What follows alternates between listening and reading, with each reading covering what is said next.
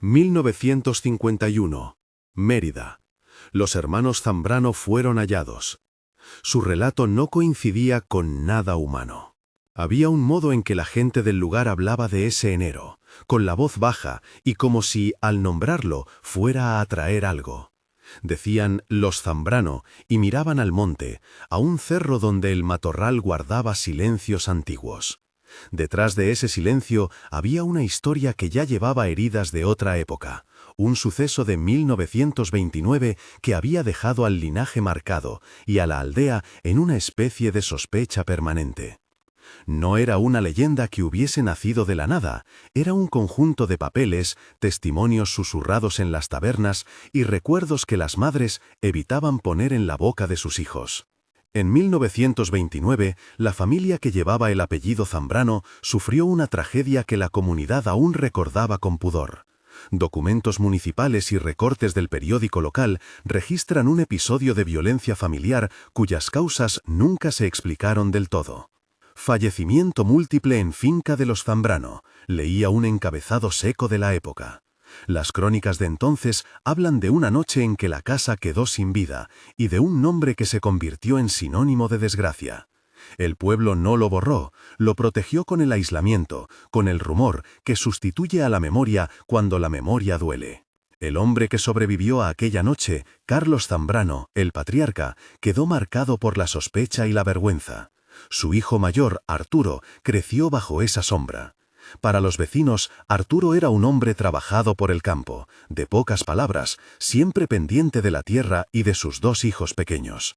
Con el paso de los años, la familia fue acumulando silencios en lugar de historias, hasta que, en enero de 1951, un nuevo capítulo comenzó con una ausencia. Los dos hermanos, Ramón y Alejandro Zambrano, desaparecieron sin rastro. Aquel enero vino con lluvia fría y un viento que arrastraba hojarasca por las veredas. Los niños salieron a jugar como tantas tardes y no regresaron al anochecer. La alarma en el pueblo fue rápida. No se trataba solo del temor por dos criaturas, era el eco del pasado, la posibilidad de que la sombra de 1929 reclamara otra vez. Se organizaron grupos de búsqueda, se enviaron mensajes a las aldeas cercanas y pronto la carretera se llenó de vecinos, de hombres con linternas y de perros entrenados para rastrear olor.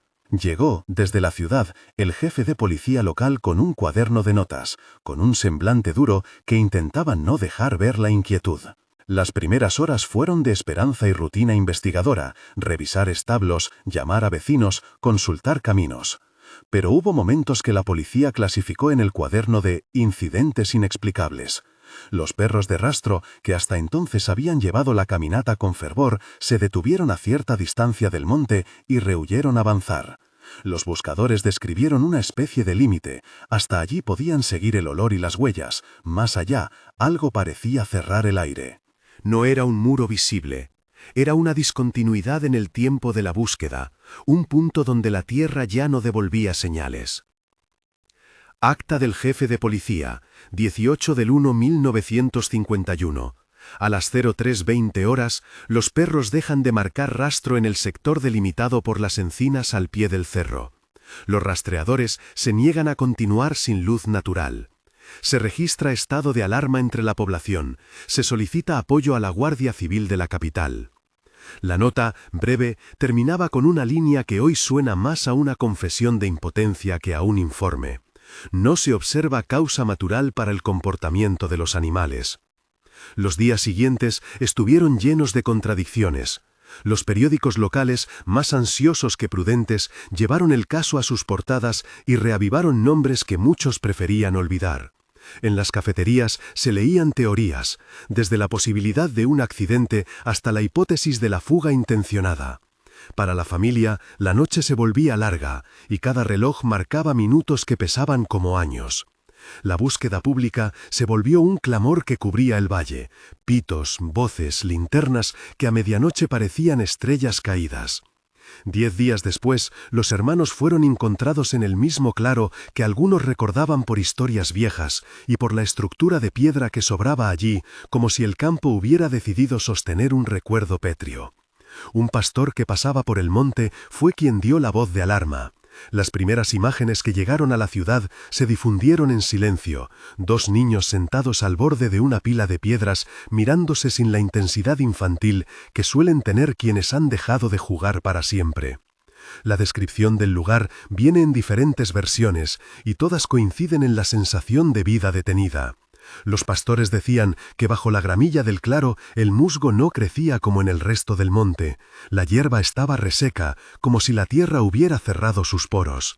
El aire allí tenía un frío distinto, no meteorológico, más bien un frío que parecía venir de un interior profundo. Y por momentos había un zumbido que nadie pudo identificar como canto de aves ni como viento. Uno de los hombres que halló a los niños juró haber escuchado algo que parecía una canción, pero sin voz, una vibración que no dejaba huella en la garganta cuando alguien intentaba reproducirla. Cuando los niños fueron examinados, no presentaban heridas visibles graves, tenían suciedad, arañazos menores y un cansancio profundo. Su relato, sin embargo, fue lo que dejó a los adultos sin respuestas. Las primeras palabras que dijeron a los preguntadores eran incoherentes para los oídos de los mayores. Hablaban de una figura con más dedos de los que una mano puede sostener y de una canción que venía por dentro y no tenía sonido. Palabras que, leídas en un cuaderno policial junto a cifras y horarios, parecían pertenecer a otro lenguaje. Las autoridades optaron por un silencio prudente en los comunicados oficiales. Los familiares, sin embargo, escribieron notas privadas que circulaban en sobres cerrados. Diario de la Madre, 28 de 1951.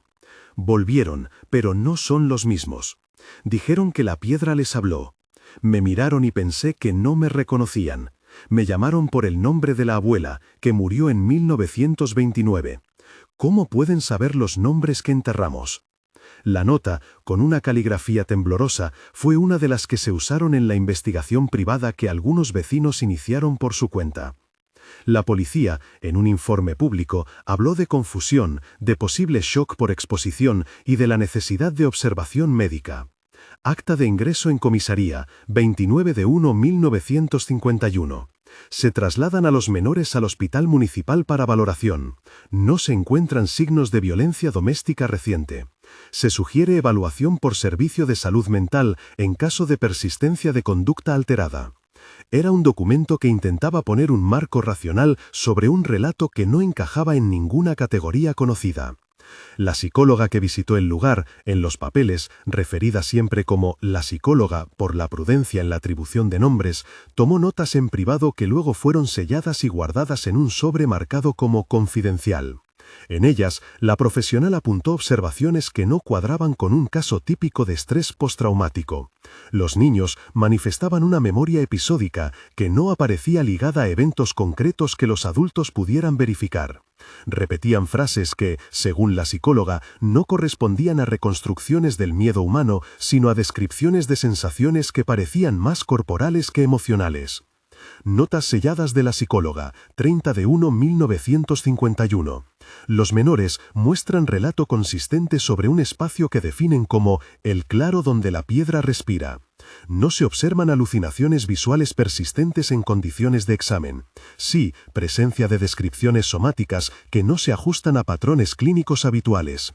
Recomendable entrevista con familiares mayores para investigar posibles condicionamientos culturales y transmisión de narrativa familiar.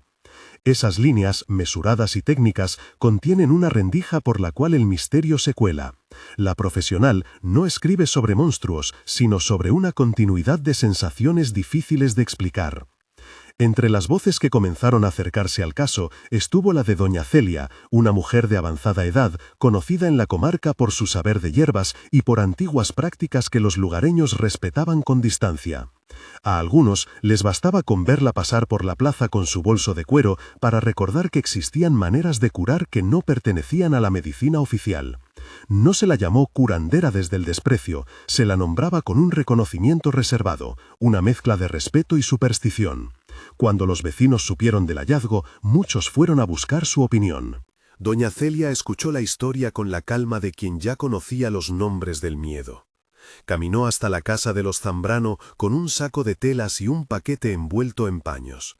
No hablaba alto.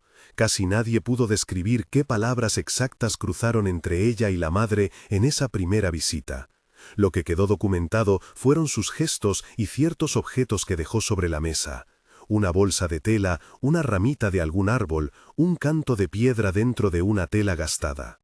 Para algunos de los presentes, esos objetos no eran remedios, sino símbolos que le daban voz a lo que la ciencia no alcanzaba a explicar. En la tradición oral del lugar se cuenta que, décadas atrás, un antepasado zambrano, la fuente no es única, habría hecho un trato en el monte con algo que habitaba ese claro. Los detalles varían, unos hablan de una ofrenda de ganado, otros de una presencia que exigió silencio a cambio de prosperidad. En todas las versiones hay una idea afín. Una deuda que no termina con la muerte, una cláusula que pasa de generación en generación como si el linaje fuera una palabra que alguien pronunciara ante la piedra. Doña Celia, en su manera de contar, no ofreció teorías grandilocuentes, dijo que hay compromisos antiguos que actúan como raíces, y que las raíces pueden enredar hasta ahogar. Lo que hay en ese claro no siempre responde a nuestra lógica, dijo a un hombre que la interrogó con la impaciencia de quien quiere certezas. No es que sea malo por elección, es un modo de ser, y lo que se le dio a cambio alguna vez siempre tiene forma de preguntar.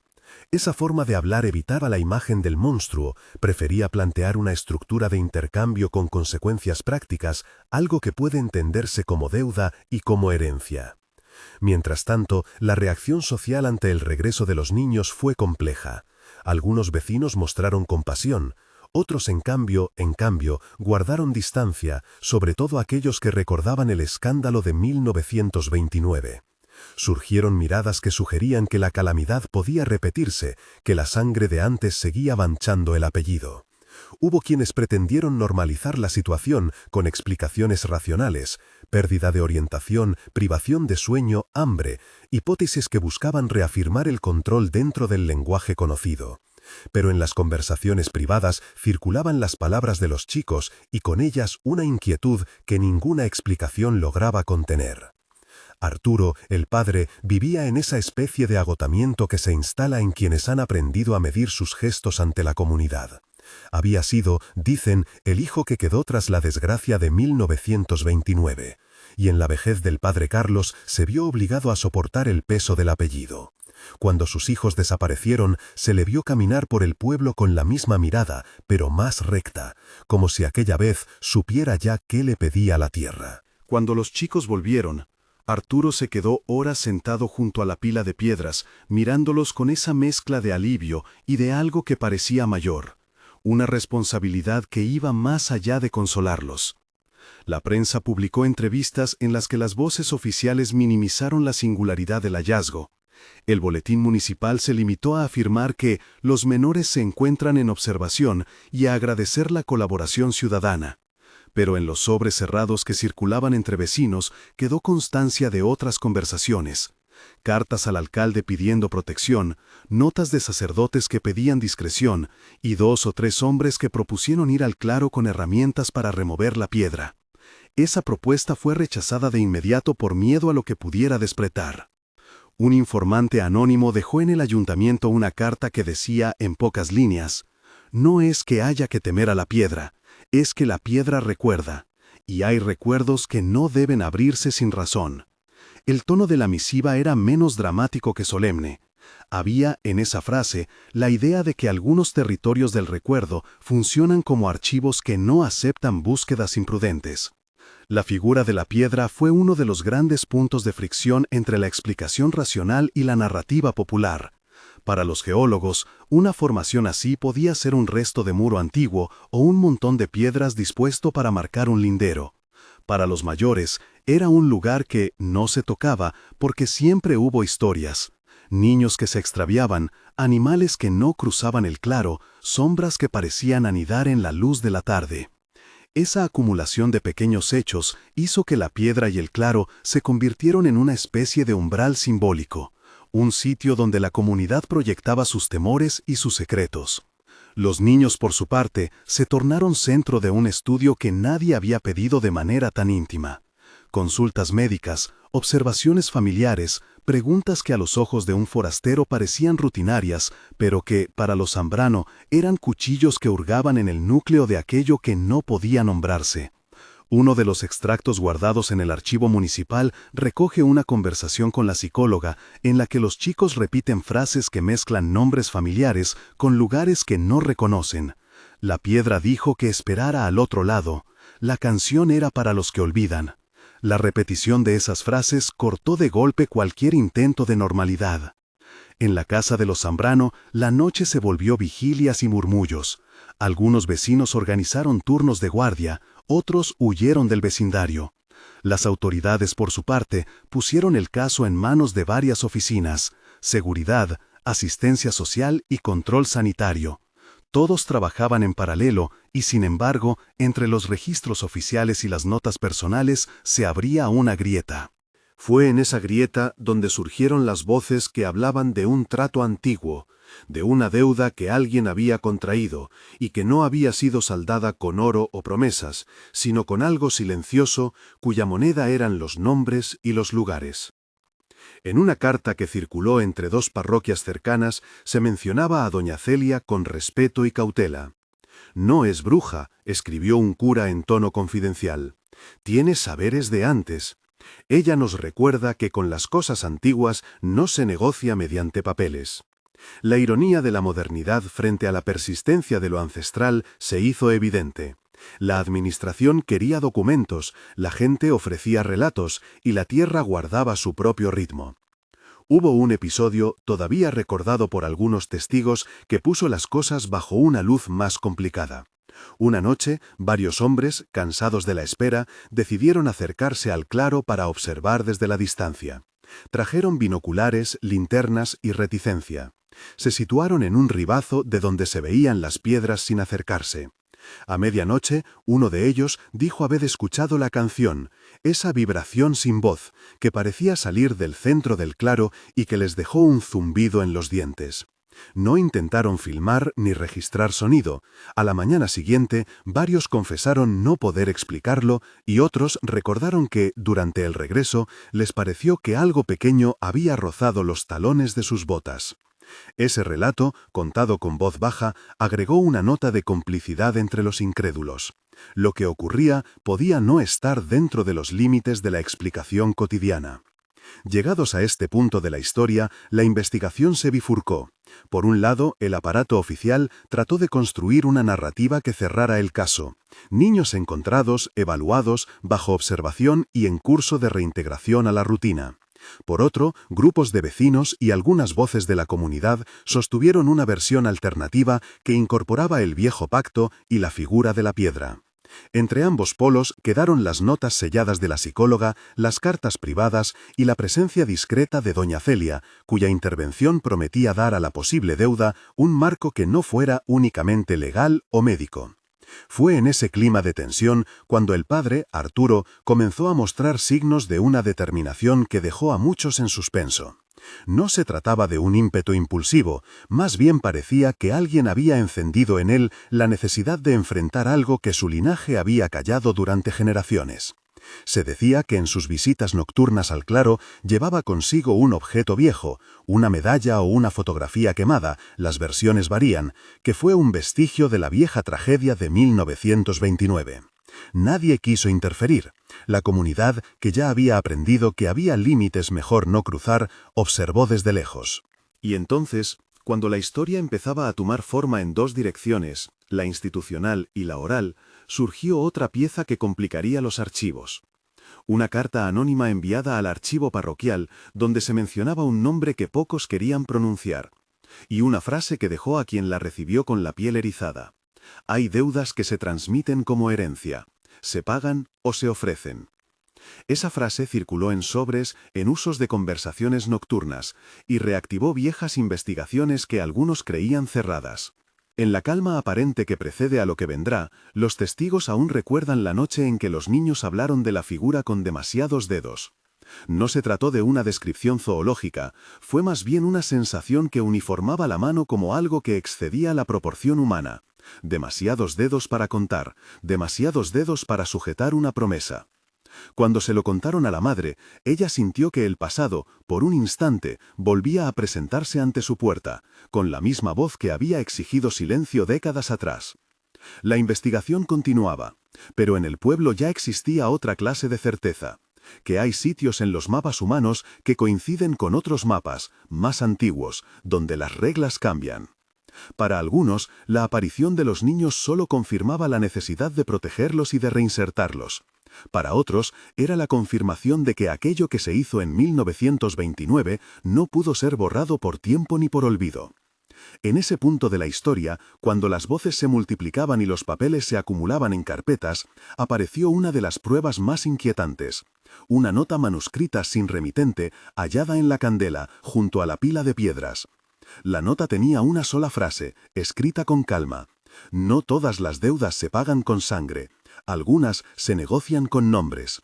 La caligrafía era erudita, casi mecánica, y la tinta parecía antigua.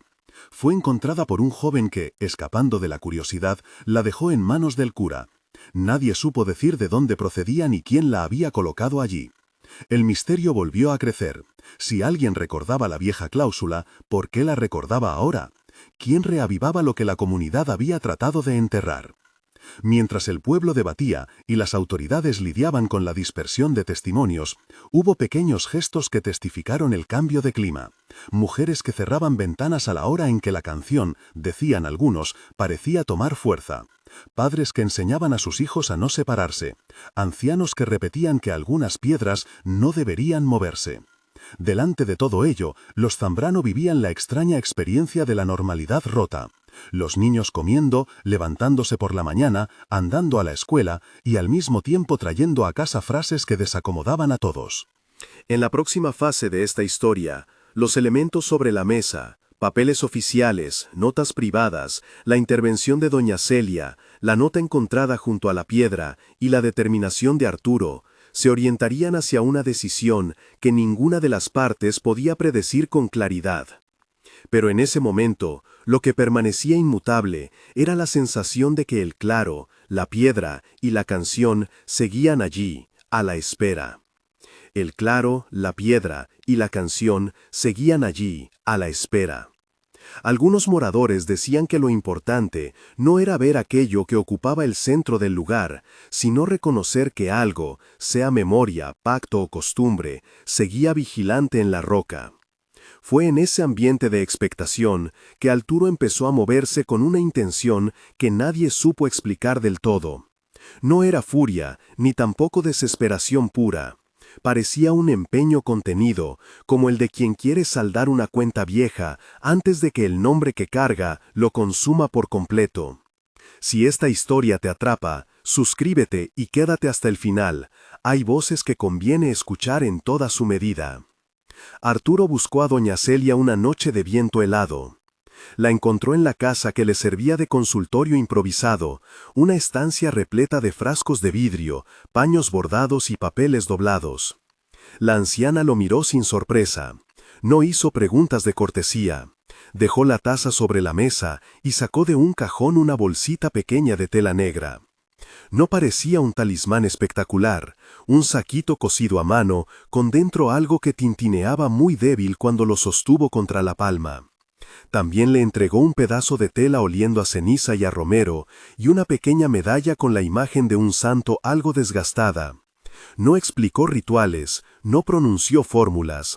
Dijo, en cambio, que había maneras de ofrecer y maneras de pagar, y que no todas las ofertas limpian algo que fue mal dado. Los registros oficiales recogen esa visita con moderación. Acta del jefe de policía, 2 de febrero de 1951. El señor Arturo Zambrano acudió a la comisaría para notificar sobre visitas nocturnas al claro. Declara que busca poner fin a lo que su familia heredó. No muestra señales de desequilibrio flagrante. Presenta conducta coherente con la situación de estrés. Se sugiere seguimiento por asistencia social. El tono administrativo deja apenas entrever que la decisión de Arturo fue comunicada, pero no comprendida. En las notas selladas de la psicóloga hay una línea que después sería leída con atención. Adendum. El señor Zambrano muestra determinación moral que no se explica únicamente por razón práctica.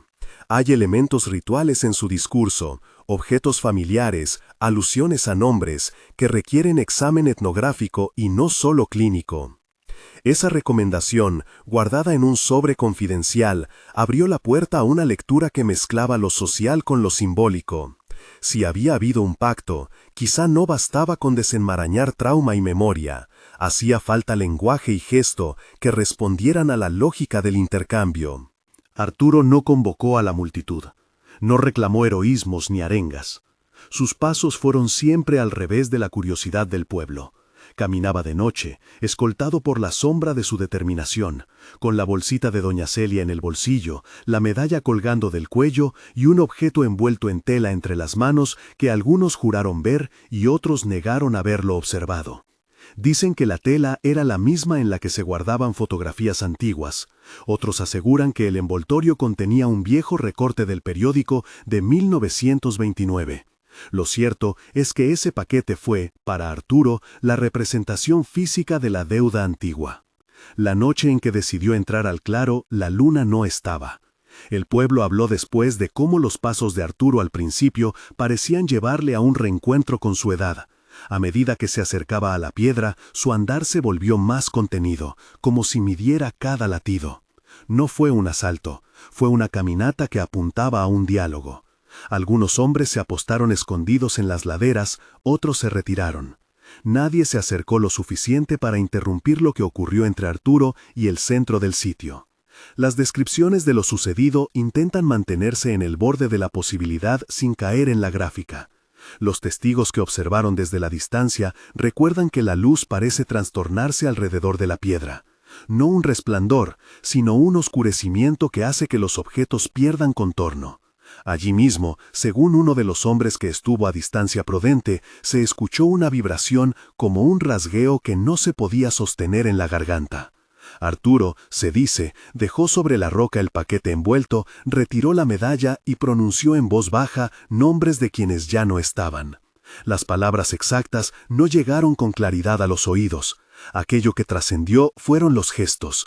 Arturo entregó, Arturo ofreció, Arturo pidió. Acta la observación ciudadana, anotación anónima, 07 de febrero de 1951. Observado acercamiento de A. Zambrano al claro, acompañaba objetos de uso familiar y una bolsita. No intentó profanar ni añadir piedras. Se escuchó una emisión sonora breve no atribuible al viento. Al regresar, mostraba rasgos de fatiga extrema y parecía haber perdido años en minutos. La nota, escrita por alguien que no quiso firmar, refleja el desconcierto de quien vio un hombre cambiar sin que hubiera violencia externa evidente. En la casa, la mañana siguiente tuvo la gravedad de un rito cumplido. Arturo regresó con la ropa sucia, con las manos manchadas de barro y con una calma que impresionó más que la agitación. La madre, que había pasado la noche en vela, notó en él algo que no supo nombrar. La mirada de quien carga con un alivio antiguo y al mismo tiempo la sombra de una fatiga que corresponde a quien ha pagado con algo íntimo. Con el tiempo, los vecinos dirían que se le veía más viejo, que su espalda se dobló unos centímetros, que su voz se hizo más breve. Esa historia personal tuvo una réplica en los papeles oficiales. Informe médico domiciliar 09-2951. Presenta signos de agotamiento, posible estado de estrés crónico. Se recomienda descanso y seguimiento por parte de servicios sociales. Lo que los expedientes no dijeron fue el precio que cada uno interpretaría en su medida. La interpretación oficial siempre permaneció plausible. Arturo había sufrido desgaste, la expedición nocturna podía entenderse como un acto simbólico para cerrar una herida familiar. La comunidad respiró un poco más tranquila. Pero hubo otros documentos que no se ajustaron a la narrativa que ministros y periódicos preferían. Cartas privadas, la psicóloga que volvió a insistir en el carácter inusual del relato infantil, y la breve anotación de doña Celia en el cuaderno que dejó en la iglesia, donde escribió con tinta roja y caligrafía firme. Se ofreció nombre y se tomó otro. No digan que yo inventé esto, yo solo fui testigo con la vista. Lo esencial de ese episodio es que, después de la noche en que Arturo volvió del claro, los hermanos comenzaron a variar su conducta de manera sutil pero constante. No fue un cambio inmediato y espectacular, más bien fue una restauración paulatina de hábitos que se suponían perdidos. Volvieron a reír con más naturalidad, a correr por la plaza, a mancharse la ropa. Pero los padres y la gente que los observaba advertían de vez en cuando indicadores de que algo quedaba irreparable. A ratos, uno de los niños se detenía a mitad de la calle y parecía escuchar algo que nadie más oía. Otra vez se ponían a tararear una melodía que no pertenecía a ninguna canción conocida, un hemiciclo de notas que terminaba suspendido en el pecho. Los años siguientes demostraron que la recuperación tuvo formas distintas según el tiempo y la vida. Los niños crecieron, algunos con una infancia que quería ser normal y otros con la persistencia de recuerdos que los adultos no podían ordenar. En el pueblo, la presencia de los Zambrano se volvió una mezcla de gratitud y distancia. Algunos vecinos recuperaron una relación de cercanía por el alivio evidente, otros mantuvieron la reserva de siempre, convencidos de que ciertas cosas, al igual que las piedras, conservan memoria. Arturo envejeció de manera acelerada. Se decía que había vuelto del claro con algo que le restó fuerzas, que el peso de haber intervenido en aquello consumía parte de su tiempo de vida. Murió años más tarde en la cama de su casa, rodeado por su familia, en una noche en la que no hubo estruendo ni luz extraordinaria. La muerte fue registrada con discreción. Certificado de defunción 12 de agosto de 1957. Causa: insuficiencia cardíaca. Edad: 58 años. Para algunos fue la confirmación de que había pagado la deuda. Para otros, la constatación de que la culpa y el dolor envejecen con prontitud. Aquel certificado no decía quién tenía razón, solo daba un cierre administrativo a un episodio que no se cerraba del todo en la conciencia colectiva. Con el tiempo se multiplicaron las versiones. Unos sostuvieron que Arturo había hecho un trueque, ofreció su longevidad para devolver la inocencia de sus hijos. Otros dijeron que había simulado un sacrificio y que la explicación residía en la cadena de transmisión cultural. Los niños habían interiorizado relatos y, tras un periodo de observación y terapia incipiente, recuperaron su salud psicológica. Ninguna de las versiones pudo ser demostrada de manera concluyente. Permaneció la ambigüedad, ese territorio en que la razón y la fe se encuentran y se retan. En los archivos municipales quedaron anotaciones que con el paso del tiempo se convirtieron en pequeñas reliquias de una historia que se negaba a morir. Entre esos papeles hubo una carta que un sacerdote envió al hospital. Ruego discreción, no revivir lo que ha de reposar. La comunidad necesita reconciliarse y no enterrar nuevas preguntas. En otra hoja, la psicóloga añadió años más tarde una nota a pie de expediente. Si hubo una intervención simbólica, produjo efectos en la narrativa familiar. Recomiendo estudios que vinculen la memoria colectiva con la práctica de los rituales de reparación. El lenguaje técnico se esforzaba por domesticar lo que, para muchos, no tenía domesticar. La presencia de doña Celia siguió siendo ambivalente. Algunos la respetaron como a una custodio de los saberes antiguos, otros le adjudicaron un papel demasiado dramático. Ella, sin embargo, sostuvo una postura sobria. Aceptó las visitas solo de quienes la consultaban por necesidad, negó la espectacularidad y volvió, con sus plantas y sus telas, a la rutina de curar fiebres y aliviar dolores. En los últimos años de su vida se refugió en la quietud y dejó por escrito, no para los foros, sino para un cuaderno personal que nadie ha revelado enteramente, una frase que su nieta repite con frecuencia. Hay cosas que resuelven su propia pena si se las deja en su lugar. Otras piden nombre. Más allá de la familia, la comunidad aprendió a convivir con una regla no escrita: no remover la piedra. Se convirtió en una costumbre de prudencia silenciosa, como otras que provee la historia: cerrar la ventana a determinadas horas, evitar ciertas sendas cuando cae la tarde, no tararear melodías que suenen a la canción del claro. Con el paso de los años, los más jóvenes dejaron de recordar con nitidez la tragedia de 1929. En cambio, la anécdota de 1951 y la actitud cautelosa respecto al monte persistieron como una forma de respeto insoportable, un pacto tácito entre miedo y memoria.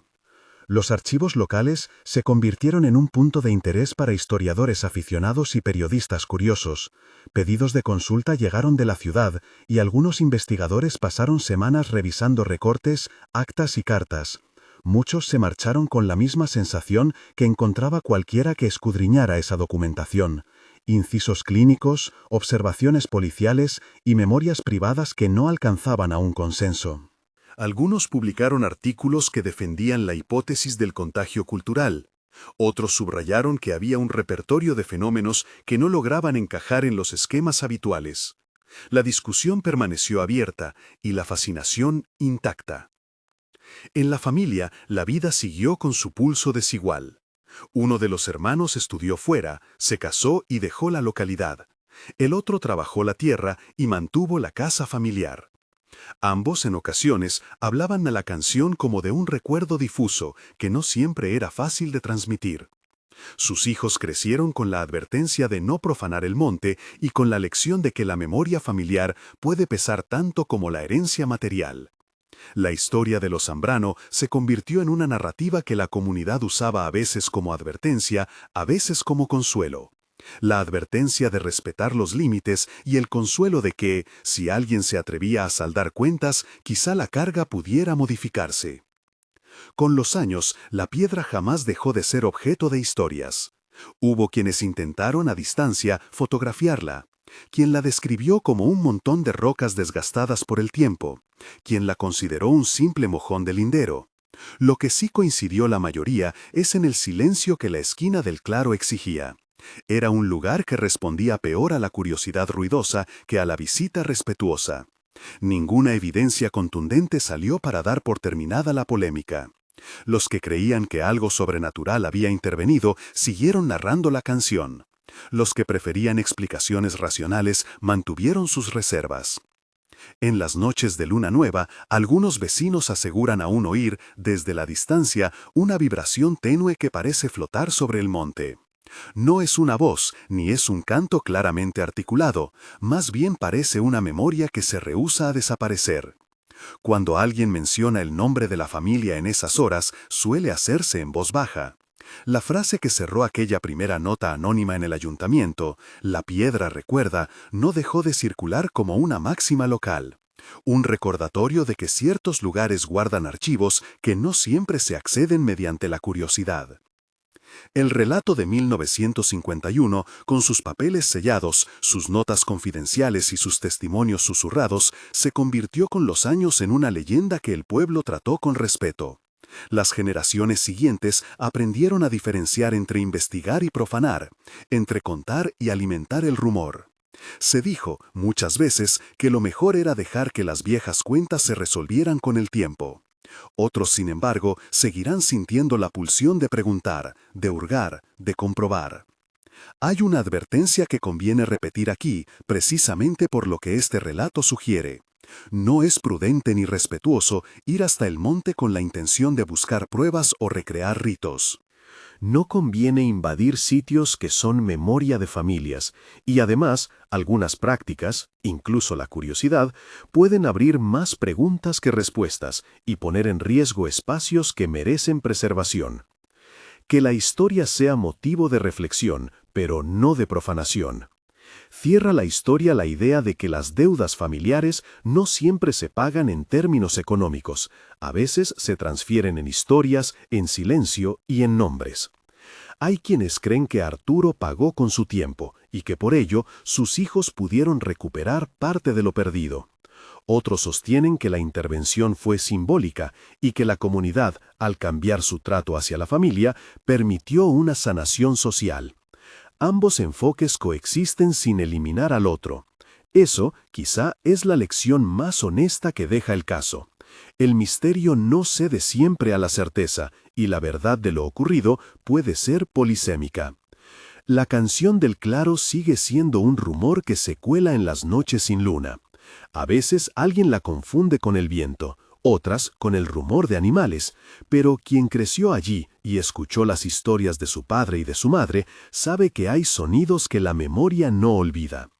Los archivos municipales custodiarán los documentos, las notas selladas de la psicóloga quedarán en sobres, y la historia de los hermanos Zambrano, de Ramón y Alejandro, de Arturo y de Carlos, de doña Celia y de un pueblo que aprendió a callar, seguirá circulando con la misma mezcla de respeto y curiosidad. Si te ha interesado este relato, compártelo con alguien que valore estas historias y deja en los comentarios tus teorías o relatos similares de tu tierra. Y recuerda, hay lugares que conviene nombrar con cuidado.